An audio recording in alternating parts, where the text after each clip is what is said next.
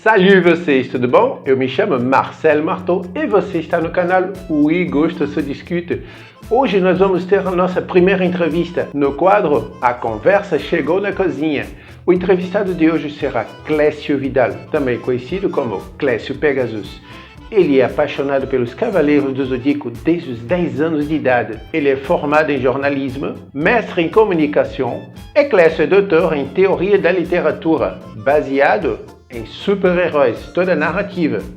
E Clécio também vai fazer o seu pós-doutorado na França, provavelmente, exclusivamente falando dos Cavaleiros do Zodíaco. Então, se você já é um apaixonado dos Cavaleiros do Zodíaco, venha conhecer um pouco mais com Clécio. Se você nunca ouviu falar, como eu, bom, eu já tinha ouvido falar, mas eu nunca tinha visto nenhum episódio, não tinha nenhum conhecimento de Cavaleiros do Zodíaco e achei realmente muito interessante. Então vem acompanhar conosco essa entrevista, porque a conversa chegou na cozinha.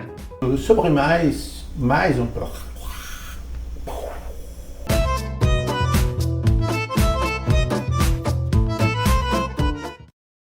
Olá Clécio, tudo bom? Obrigado por você ter aceitado o meu convite e por estar aqui no meu canal fazendo a nossa primeira entrevista. Um assunto muito interessante que são os Cavaleiros do Zodíaco. Então espero que você possa se sentir bem à vontade. E o nome do quadro se chama A Conversa Chegou na Cozinha. Porque quando eu era pequeno, minha avó sempre dizia para mim: a conversa não chegou na cozinha, menino, sai daqui. Mas agora a conversa chegou na cozinha e nós vamos conversar sobre os Cavaleiros do Zodíaco. Acho muito interessante esse tema e gostaria que você, como um dos maiores fãs do Cavaleiro do Zodíaco, pudesse explicar um pouco mais para a gente. Quando se iniciou a série nos animes e depois os desenhos animados aqui no Brasil? Veja, os Cavaleiros do Zodíaco começaram a ser produzidos em 1986. Eles começaram com um mangá. Mangá é o nome dado aos quadrinhos no Japão, porque eles têm um formato bem peculiar lá no Japão. Aí lá eles são chamados de mangá. Assim como os desenhos animados são chamados lá no Japão de animes. Esqueça, Andrômeda. Por acaso você acha que me derrotou? Então o que aconteceu? Os Cavaleiros começaram com mangá, como quadrinhos, numa revista chamada Shonen Jump, que é uma revista de publicação de quadrinhos em massa. Acho que todo mundo já viu alguma cena dos japoneses lá no metrô, né? Com um mangá na mão. Sim, é bastante peculiar isso no Japão. Inclusive, são produções que têm muitas páginas.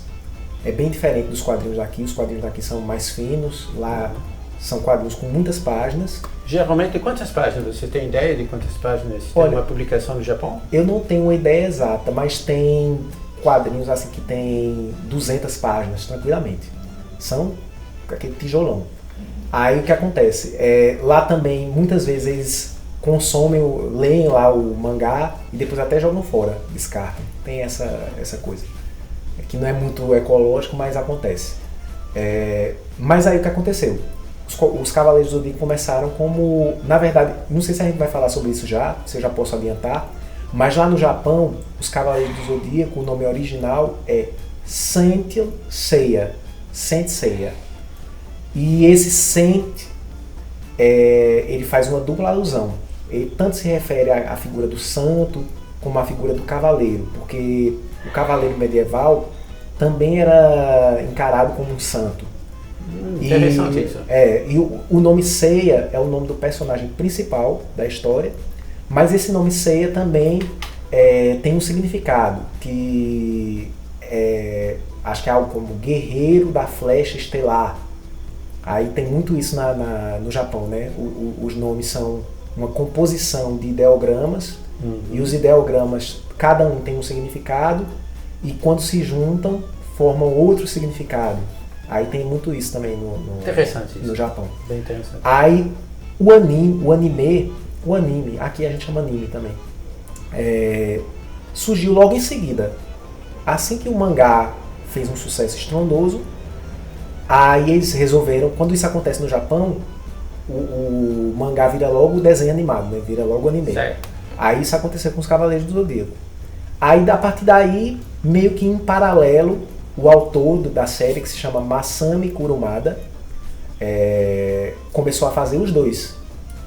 Na verdade, assim, não é bem, ele fazia o mangá, a praia do Masami Kurumada é um mangá. Certo. Mas tudo que tinha a ver com o desenho animado, ele supervisionava e havia o desenhista e seguia as orientações. O desenho animado não é 100% fiel ao mangá.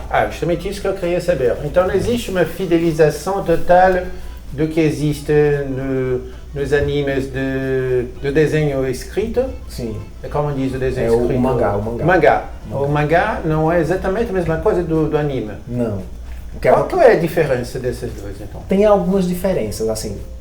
O desenho animado, como foi feito para lucrar mais também, aí eles colocaram outros personagens, eles tiveram um pouco de preocupação com a questão do público, porque é um público infantil, aí quiseram suavizar mais algumas cenas.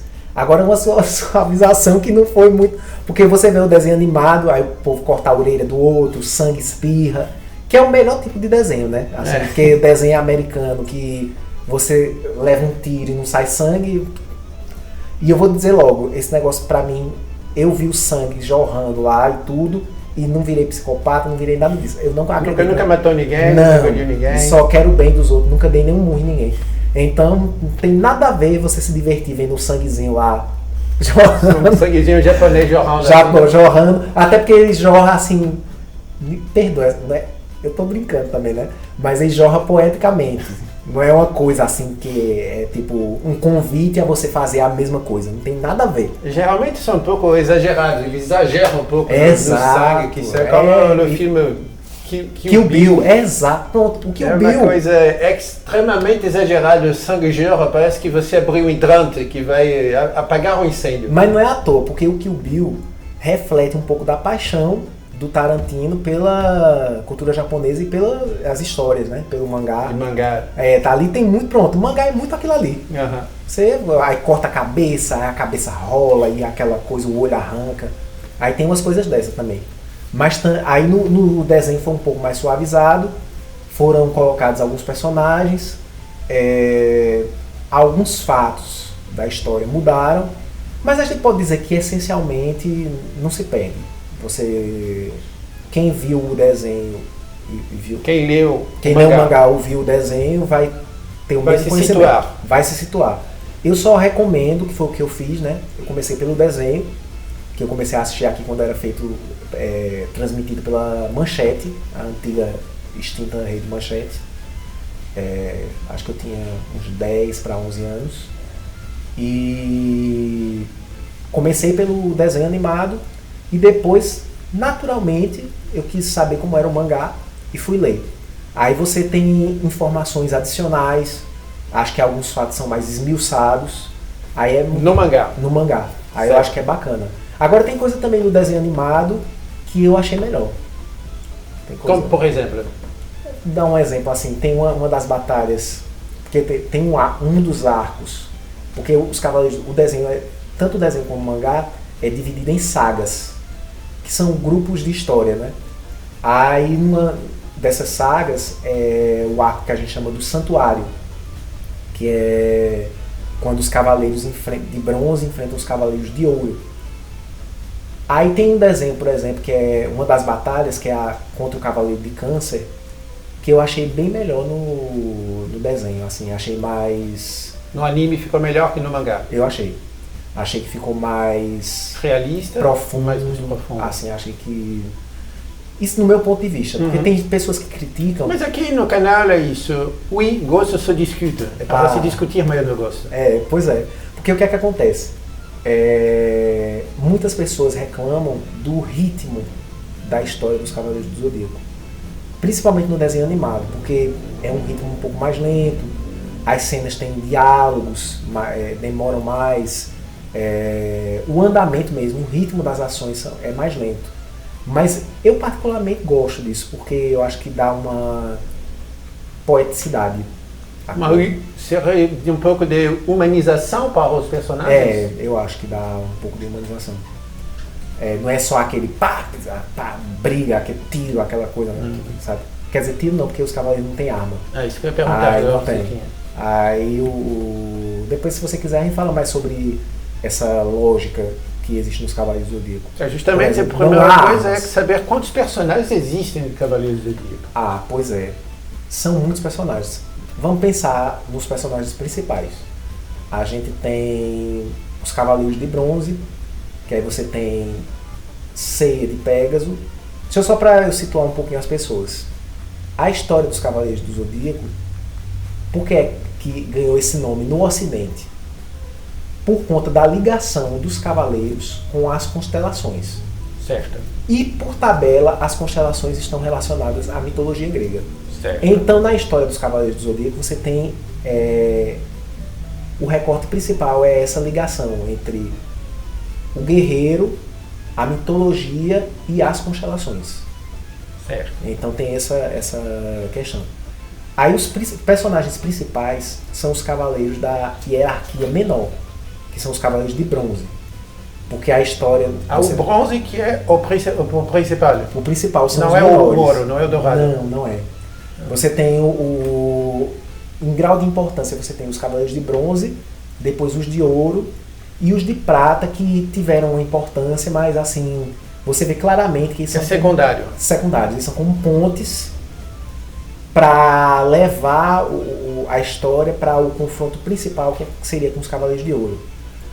E depois, em outras histórias, outras sagas, os Cavaleiros do Zodíaco, os Cavaleiros de Bronze, vão enfrentar cavaleiros de outros grupos. Porque o que é que acontece?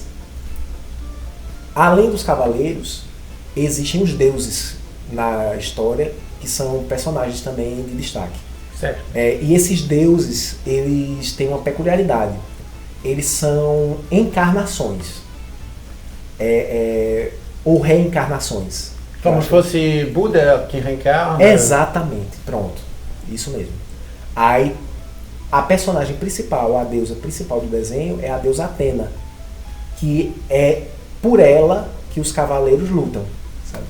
Aí, essa deusa Atena, ela reencarna a cada 200 e poucos anos para poder ajudar a Terra, porque ela vem em momentos em que a Terra está caótica. Aí, mas qual é a missão dos Cavaleiros do Zodíaco? Eles vão lutar contra quem? Pronto, a missão dos Cavaleiros geralmente, desculpe te interromper, mas geralmente tem o mocinho da história e tem o vilão da história. Pronto. Quem é o vilão da história? Deixa eu te dizer. Os cavaleiros, eles têm como função auxiliar e proteger a deusa Atena nas chamadas guerras santas. Porque o que é que acontece? Existem os deuses do Olimpo. Vamos dizer, Poseidon, Hades. Vamos pensar nesses dois porque são bastante conhecidos. São os mais emblemáticos da história. Eles estão inseridos na história, então? Estão inseridos. Ok. São os principais, né? Aí, esses deuses, Poseidon e Hades em particular, eles reencarnam e querem sempre tomar posse da Terra. Porque eles têm uma premissa de que a Terra é corrupta e precisa ser destruída para que se recomece do zero. E o fruto da corrupção é o ser humano. Eles querem aniquilar o ser humano. Mas a deusa Atena, que é a responsável pela Terra, porque aí Poseidon é pelo mar, Hades pelo mundo dos mortos, né, o inframundo, e Atena, o domínio dela de proteção é a Terra. Então, o que acontece? Atena é uma deusa atípica, porque ela acredita no ser humano. Ela acha que, independente dos defeitos que o ser humano possa ter, ele tem uma potência de amor, de esperança, uma potência de coisas boas. Então, ela seria um pouco uma deusa maternal. Bastante maternal. Ela tem outros deuses, quando vão enfrentar a Atena, até reclamam, você é um engodo, você é um engano, porque uma deusa que é assim humana, ela já não é mais deusa. Porque isso vem muito até da concepção filosófica sobre os deuses na cultura grega. Que os deuses seriam como pessoa, apesar de eles terem características humanas, eles têm defeitos humanos, esse tipo de coisa, mas eles são meio que indiferentes aos seres humanos. Uhum. Mas a deusa Atena não. A deusa Atena no desenho dos cavaleiros. Aliás, não é só no desenho não, porque isso tem a ver também com o próprio caráter da deusa na mitologia. Apesar da deusa Atena na mitologia ter feito bastante crueldade com as pessoas, mas ela tinha uma ligação muito profunda com os seres humanos, diferente até dos outros deuses. Que para os outros deuses a ligação com os seres humanos sempre era uma ligação mais utilitarista. Tipo, eu quero fazer sexo com um humano. Eu me apaixonei por esse humano e quero ter um filho com ele. Aí tinha muito esse recorte. Mas a deusa Atena, ela era uma deusa sempre maternal mesmo, ela tinha sempre essa característica. Aí voltando à sua questão sobre quem é o mocinho, quem é o bandido, é coisa um pouco mais complicada na narrativa dos Cavaleiros, porque a história começa... Obrigado, Shun. Agora, vamos. E então, ficaram curiosos para saber como será a narrativa do vilão dentro dos Cavaleiros do Zodíaco? Então não perca o próximo vídeo. Na semana que vem vai ser a continuação desta entrevista com o Clécio Pegasus. Porque a entrevista ficou muito grande, ficou mais de 1 hora. Bom, pode ser que eu coloque ela na íntegra depois, mas eu vou colocar ela a partir de alguns episódios aqui para vocês. Não perca na próxima semana e lembre-se, deixe seu like, se inscreva no canal e ative o sininho para notificações. Muito obrigado, au revoir, até logo!